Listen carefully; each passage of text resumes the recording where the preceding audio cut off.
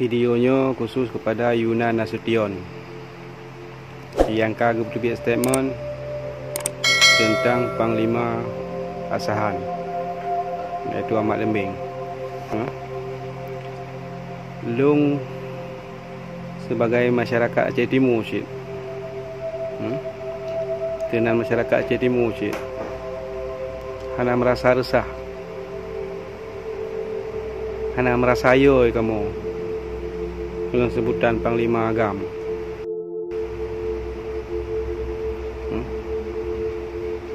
Perlero nak buh-buhnan masyarakat inan. Masyarakat teh yang yo royo. Masyarakat teh yang resah royo.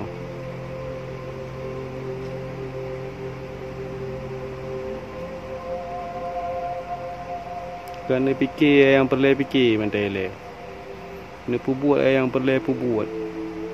Yang nak manfaat kurang ramai. Yang nak untung ke rakyat, tapi dia pegah bagaimana. Padumlah tun ke royo pada mayan, putar yang kata rasakan royo. Pakan hanyan yang dipegah, pakan hanyan yang dinesak royo. Bewate na orang yang tim pegah ke bah mendukung rakyat, bah yang galak rakyat. Royo tamida, tak bro, tak pegah cara, tak lapor orangnya. Kayu drop orangnya.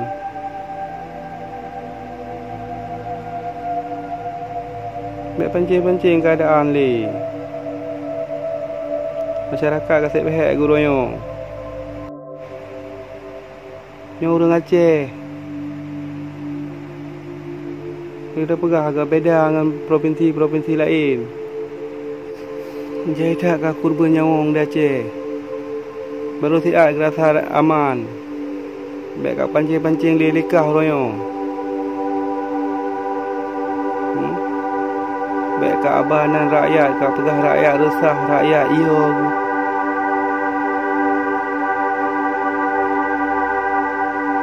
Pakan hang kat pegah masalah-masalah lain mentang yang memang roh kat aktivis.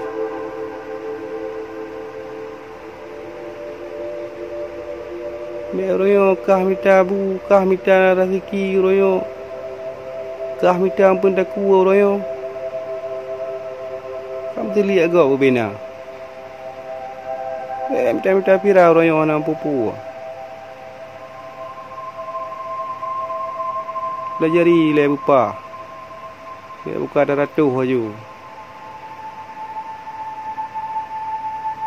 Long orang Aceh Timur si royo. Long masyarakat si royo. Mereka hayat babanan masyarakat royo.